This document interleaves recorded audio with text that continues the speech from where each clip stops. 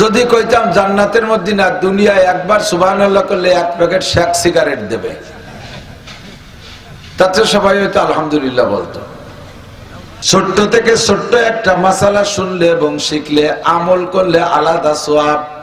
আমলের নিয়তে শুধু শুনলে এবং শিখলে আপনাকে লাগাতার বেরিয়া একটানা 60 বছর নফল নামাজ আর 60 বছর নফল রোজা রাখলে যেই সওয়াব, সিয়ামুহা ওয়া কিয়ামুহা, রোজা এবং নামাজে লাগাতার 60 বছর আমল করলে যেই নেকি, আল্লাহর রাসূল বলেন আল্লাহ পাক তার চাইতে বেশি নেকি দান করে। একবার জোরে বলেন অন্তর থেকে সুবহানাল্লাহ। জান্নাতের মধ্যে আপনার নামে বিশাল একটা গাছ লাগানো হয়ে গেছে, ফলদার গাছ। খুশি হন নাই? যদি কইতাম জান্নাতের মধ্যে না দুনিয়ায় একবার সুবহানাল্লাহ করলে এক প্যাকেট শেক সিগারেট দেবে, তাতে সবাই হয়তো আলহামদুলিল্লাহ বলতো। জান্নাতের মধ্যে একটা ফলদার গাছ, কন্যা সুবহানাল্লাহ। গাছের গোড়া থাকবে উপর দিক, মাথা থাকবে নিচের দিক। গাছটা কত বড় হবে! একটা কাক যদি তার জীবনের শুরু থেকে উড়া শুরু করে, কাকের হায়াত শেষ হয়ে যাবে, কিন্তু এই গাছটার শেষ প্রান্তে যেতে পারবে না। হায়াতুল হায়ওয়ানের মধ্যে আছে, দুনিয়ায় যে সকল প্রাণীতে লম্বা হায়াত পায় তার মধ্যে কাক অন্যতম। হায়াতুল হায়ওয়ানের মধ্যে লিখেছেন সুলাইমান আলাইহিস সালামের জামানার কাক নাকি দুই একটা এখনো বাইচে আছে। সুলাইমান আলাইহিস সালাম আজ থেকে প্রায় 3000 বছর আগে দুনিয়া থেকে চলে গেছে। 3000 বছর যদি একটা কাক ওড়ে, এই খেয়াল, 3000 বছর যদি একটা কাক ওড়ে, এখান থেকে চট্টগ্রাম চলে যেতে পারবে? কথা পায় না? চট্টগ্রাম যেতে পারবে না? পৃথিবীরে কয়েকবার প্রদক্ষিণ করতে পারবে, ঠিক না? একটা কাক তার জীবনের শুরু থেকে উড়াল দেবে, শুরু উড়তে থাকবে, আর ওই জান্নাতি গাছটার শেষ প্রান্তে যেতে পারবে না। বলি না সুবহানাল্লাহ। এমন একটা ফলদার গাছ লাগানো হবে আপনার প্রত্যেক সুবহানাল্লাহর বিনিময়। একবার বলেন আল্লাহু আকবার। আমল নামায় 4000 নেকি লেখা হয়ে গেছে। একবার পড়ি লা ইলাহা ইল্লাল্লাহ, লা ইলাহা ইল্লাল্লাহ, লা ইলাহা ইল্লাল্লাহু মুহাম্মাদুর রাসূলুল্লাহ। এই কলেমা একবার পড়লে নবী পাক বলেন তামলাউ মা বাইনাস সামাই ওয়াল আরদ, আসমান আর জমিনের মাঝখানে যত ফাঁকা জায়গা আছে পড়নেওয়ালার আমলনামায় তার জন্য নেকি দ্বারা ভরপুর করে দেওয়া হয়। রাতের এই দীর্ঘক্ষণ পর্যন্ত আল্লাহ তার রাসূল সাল্লাল্লাহু আলাইহি ওয়াসাল্লামের প্রেম ও ভালোবাসা অন্তরে নিয়ে, জান্নাতের আশায় জাহান্নামের ভয়ে, সওয়াবের আশায় গুনার ভয়ে, হেদায়েতের আশায় গুমরাহির ভয়ে, শিরিক ও কুফর মুক্ত ঈমান গড়ার লক্ষ্যে বেদাত মুক্ত সুন্নতি আমলের প্রশিক্ষণ নেওয়া ও দেওয়ার জন্য স্বল্প পরিসরে সুন্দর একটা মনোরম পরিবেশ গঠন করে আসার বসার সুযোগ ও তৌফিক দান করেছেন। শুকর আদায় করি আলহামদুলিল্লাহ। আমাদের গোপালগঞ্জের ভিতরে যেসব লাইনে বাস চলে, পরিবহন চলে, ট্রাক চলে, মোটর গাড়ি চলে, তন্মধ্যে পুরাতন লাইন আপনাদের এইটা। অনেকেই জন্মের পরের থেকেই গাড়ি চলাচল দেখতেছেন, অনেকে আধা বয়সের পরের থেকে দেখতেছেন, দেখতে দেখতে মুখস্থ হয়ে গেছে। এখন রাস্তা দিয়ে একটা ট্রাক বাস গেলি অধিক সার তাকানোর কোনো দরকার নাই, কিন্তু মানুষের স্বভাবে টান দিয়ে নিয়ে যায়। ট্রাক গেল, বাস গেল, এক নজর তাকাই। অল্পক্ষণের জন্য আমরা এখানে বসছি, সময় কম কামাই বেশি। আরবিতে বলে আল আমালু কালিল ওয়াল আজরু কাসীর, সময় কম কামাই বেশি। অল্প পরিসরে আমরা এখান থেকে নিজের জীবনের ইহকাল ও পরকালের পাথেয় সংগ্রহ করার চেষ্টা করব। আল্লাহ তাআলা তৌফিক দান করে, সবাই বলে আমিন। হযরত মাওলানা লিয়াকত আলী সাহেব আমাদের গোপালগঞ্জেরই তো সন্তান। আমরা বড় ভাগ্যবান, সব দিক দিয়ে আল্লাহ তাআলা আমাদেরকে যথেষ্ট দিয়েছেন। আমাদের এই অঞ্চলের যে কোনো একটা মাহফিল করতে গেলে আমাদের বাহিরের বক্তা দাওয়াত দেওয়া লাগে না, নিজেদের দেশীয় বক্তা, গোপালগঞ্জের বক্তা উলামায়ে কেরামরাই ইনশাআল্লাহ সুন্দর করে মাহফিলটা শেষ পর্যন্ত নিয়ে যেতে পারে। এত যথেষ্ট উলামায়ে কেরাম আছে। আপনারা আমার নিকটতম প্রতিবেশী, আমরা একই সদর থানার মানুষ। আমার কাছে আপনারা পাবেন, আপনাদের কাছে আমি পাব। এই দেনা পাওনা পরিশোধের জন্য আমাদের সচরাচর সুযোগ হয় না। হযরত হাফেজ আলী হায়দার সাহেব আমার বাল্য বন্ধু, বয়সে আমার চেয়ে বড়। তারাইল ফুকরা মাদ্রাসায় পড়তাম, আমরা ছোট ছিলাম। ছোটবেলায় আমারও কণ্ঠ অনেক ভালো ছিল, মোটামুটি। ভাইয়ের কণ্ঠ আরো ভালো ছিল। মাদ্রাসার মাহফিলে দুইজন গজল গেয়ে পাল্লা প্রতিযোগিতা দিতাম। পরবর্তীতে পড়ালেখা শেষের পরে আল্লাহ তাআলা যাকে যেখানে মঞ্জুর করে সে সেখানেই যায়। মকবুল তো সাজ হয়, কাবিল তো বহুত है, तेरे मना दिल नहीं दिल तो बहुत है, तकसीम किया हर चीज को कस्साम अज़ल ने, जिस शख्स को जिस चीज के काबिल नजर आया, बुलबुल को दिया ना लाओ परवाना को जलना, गम हमको दिया सबसे जो मुश्किल नजर आया।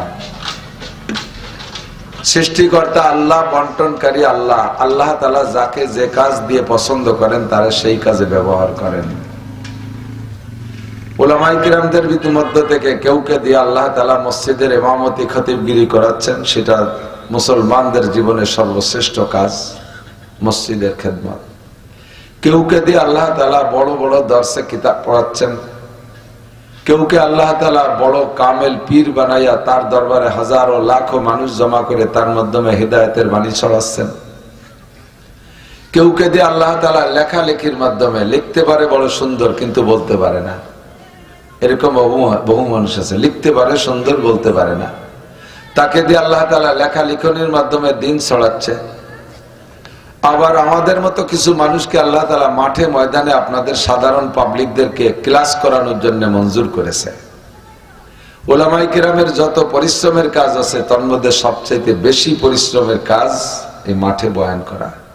যারা ক্লাসে পড়াচ্ছে তারাও নিরিবিলি রুটিন মাফিক খানা খাচ্ছে, সময় মতো ঘুমাচ্ছে, লং জার্নি তাদের নাই। যারা ইমামতি করে তারাও এরকম, যারা লিখতেছে তারাও এরকম, কিন্তু বক্তাদের পরিশ্রমটা অক্লান্ত পরিশ্রম। ফায়াউমাম বিহাজওয়া ওয়ায়াউমাম বিলুকাইকি ওয়াবিলুজাই বিয়াউমান ওয়ায়াউমাম বিলখুলাইসা। আজকে এখানে আছি, কালকে সাতক্ষীরে, পরের দিন চট্টগ্রাম, পরের দিন টেকনাফ, পরের দিন সিলেট, পরের দিন আবার সেই বরিশাল ভোলা। লম্বা পথ দৌড়দৌড়ি করতে করতে ক্লান্ত হয়ে যাই। আপনাদের দোয়ার ওসিলায় বেঁচে আছি। আল্লাহ তাআলা যতটুকু রাখছে আমাকে ভালো রাখছে, আমি শুকর আদায় করি আলহামদুলিল্লাহ। আমার ভাই হায়দার আলী সাহেব অনেকদিন যাবত বলতেছে যে আমাদের এলাকায় আসতে হবে, কিন্তু আমার জানা ছিল না যে এই ফাঁকে আপনারা এই কয়জন মুসলমান আছেন। আমরা জানি যে উত্তর গোপালগঞ্জ সবই হিন্দুদের বসবাস। এদেশে আমাদের হিন্দু ভাইরা যথেষ্ট। গোপালগঞ্জের নামে তো গোপালের নামে গোপালগঞ্জ। বাইরে গেলে আমাদেরকে মুসলমান বলেই মনে করে না, অন্য জেলার সবাই মনে করে গোপালগঞ্জের হুজুররা মনে হয় হিন্দু। আর আল্লাহর কাছে লাখো কোটি শুকর যে বাংলাদেশের ঢাকা জেলা বাদে বাকি লোকাল জেলা যত আছে তার মধ্যে সবচাইতে বেশি পূর্ণাঙ্গ দাওরা হাদিস কওমি মাদ্রাসা আমাদের গোপালগঞ্জে। গোপালগঞ্জে মহিলা পুরুষ দিয়ে 30টা আছে দাওরা হাদিস মাদ্রাসা, পূর্ণাঙ্গ কওমি মাদ্রাসা। ছোট ছোট মাদ্রাসার অভাব নেই। সারা বাংলাদেশের সবচেয়ে বেশি দাওরা হাদিস মাদ্রাসা আমাদের গোপালগঞ্জে। এজন্য আমরা আবার একবার শুকর আদায় করি আলহামদুলিল্লাহ। আর সব ক্রেডিট গ্রহণ করেছেন, নিয়ে যাচ্ছেন আমাদের সদস্য হুজুর রহমাতুল্লাহ আলাইহি। তারপর থেকেই শামসুল হক ফরিদপুরি রহমাতুল্লাহ আলাইহির ওই শামসুল হক গাছের ডালপালা শিকড় পাতা হতো আমরা সবাই। আমিও গহরডাঙ্গার ছাত্র। তা আল্লাহ পাক রব্বুল আলামিন এর ওসিলায় আমাদের এলাকার মানুষকে যা দিয়েছে তার মধ্যে সবচাইতে বড় যেটা দিয়েছে সেটা হলো আমাদের এই অঞ্চলের মানুষ অনেক শিরিক মুক্ত, অনেক কুফর মুক্ত, অনেক বেদাত মুক্ত। বাংলাদেশে অনেক জেলায়, চট্টগ্রাম এত বড় বড় আলেম, এত বড় বড় মাদ্রাসা, অথচ বেদাতে ভরা। মাইজবান্ডার সহ ওই পাশে প্রত্যেকটা গ্রামে গ্রামে এক একটা কবর মাজার বানায় বানায় সেখানে পূজা পাঠ চলতেছে হিন্দুদের মতো। হিন্দু ভাইদের তাদের স্বভাব আছে, তারা মূর্তি পূজা করে। আর আমাদের মুসলমান এরা সরাসরি পীর রে পুজো করে, মানুষের পায়ের পর সিজদা দেয়, তার চাইতে নিচে নেমে চলে গেছে।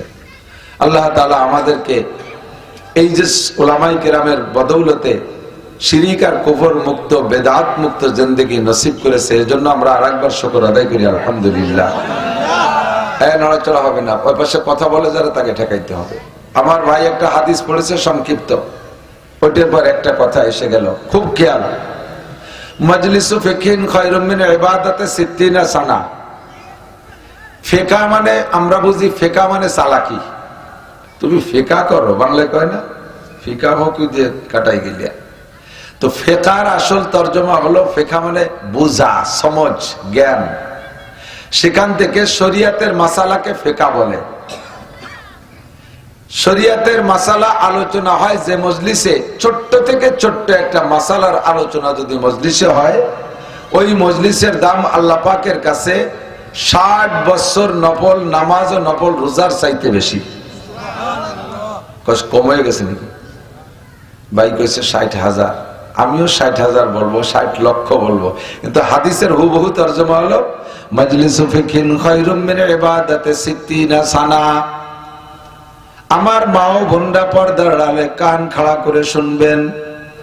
ছোট্ট থেকে ছোট্ট একটা মাসালা শুনলে এবং শিখলে, আমল করলে আলাদা সওয়াব।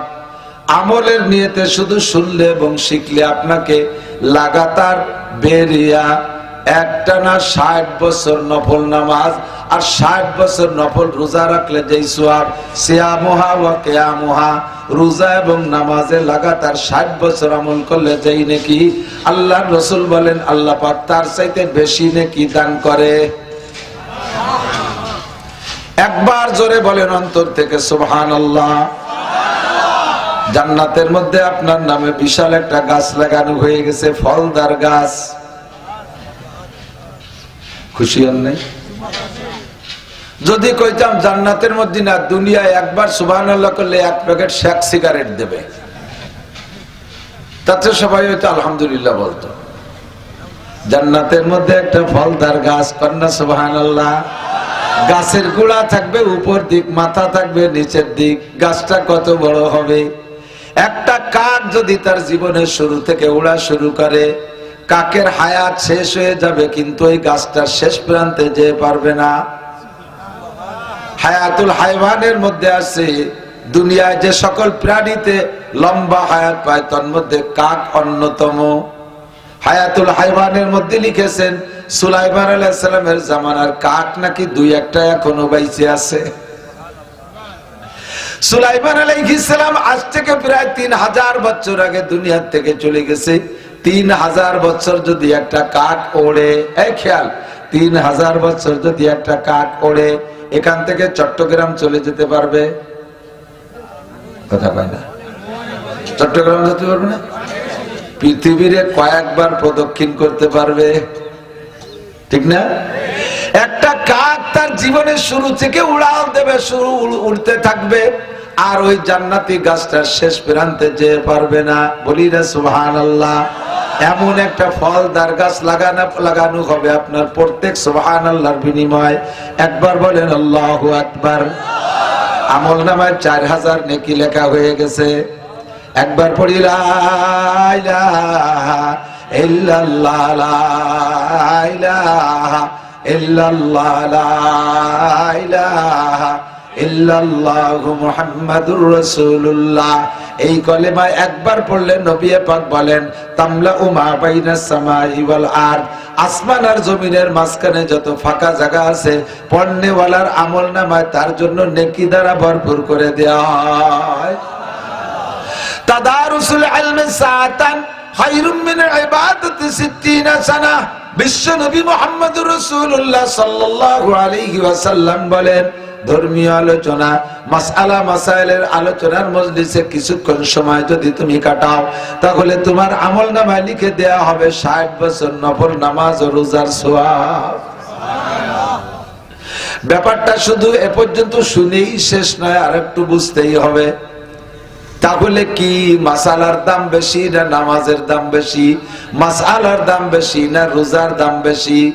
এই হাদিসের দ্বারা বোঝা যায় নামাজ রোজার চাইতেও মাসআলার দাম বেশি। কথাটা ভালো করে বুঝতে হবে। ওয়াজ শুধু শোনার নাম না, ওয়াজ বুঝার নাম। কতক্ষণ গান শুনলে চলে, গান না বুঝলি করে সগীরা কবির হয় না।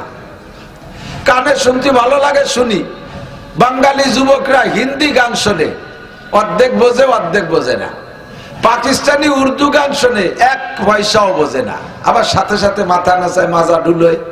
যাকে তুই কি বুঝে নাচতেছিস? কয় যে ভালো শোনা যায় তাই নাচতেছিস, কিচ্ছু বোঝে না। আল্লাহু আকবার। হিন্দু ভাইরা আছেন আশেপাশে? বহুত আছে। হিন্দু ভাইদের এক গানের মধ্যে এক বয়াতি হিন্দু শিল্পী, হিন্দু বয়াতি, উনি গান গাইতে গাইতে লঙ্কা জয়ের কিস্সা শুনেছে। হিন্দুদের কিস্সার মধ্যে আছে না লঙ্কা জয়? তো লঙ্কা জয় করতে করতে গান শুনাইতে শুনাইতে লাস্টে আইসা উনি ভুলে গেছে গানের মধ্যে লঙ্কা কে জয় করছে এটা মনে নেই। তো গানের তালে তালে ওনার সহকারী যারা, তাদের কাছে জিজ্ঞেস করতেছে, লঙ্কা যে জয় করিল তার নাম জানি কি? তারা টের পাচ্ছেন এটা একটা গান।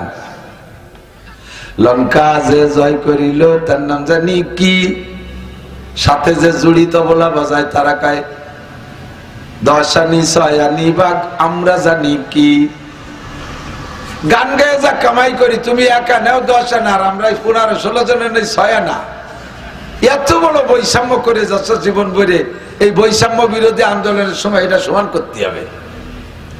দশানি ছয়ানি বাঘ আমরা জানি কি? শ্রোতারা মনে করছে আগে থেকে গান গাইছে, ওই গানেরই অংশ। ফাঁকে যে ওরা কি এড়িয়ে যাচ্ছে কেউ টের পায় না, কারণ তো গান তো শোনার জিনিস, বোঝার জিনিস না। আর ও চিন্তা করলো কি, যদি আমি ওরা যদি আমারে না বইলে দেয় তাহলে আসর শেষ হবে না।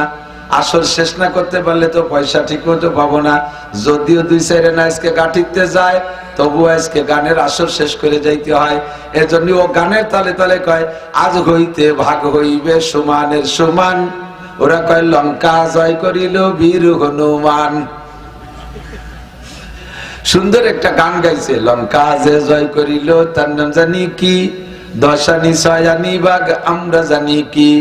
আজ হইতে ভাগ হইবে সমানের সমান, লঙ্কা জয় করিল বীর হনুমান। ভিতরে ওরা ভাগাভাগি সাইজ করে নেছে, শ্রোতারা কচুও বোঝে নাই।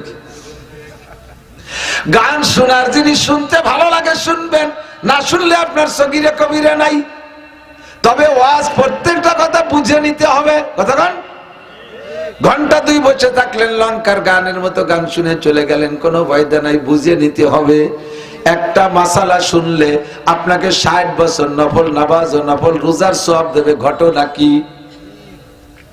শরীয়তে এমন এমন মাসালা আছে, যে মাসালায় একটা মাসালা আপনার না জানা থাকার কারণে, একটা মাসালা না জানা থাকার কারণে সারা জীবনের আপনার ফরজ নামাজ নষ্ট হয়ে যাচ্ছে, ওয়াজিব নামাজ নষ্ট হয়ে যাচ্ছে, সুন্নাত নামাজ নষ্ট হয়ে যাচ্ছে।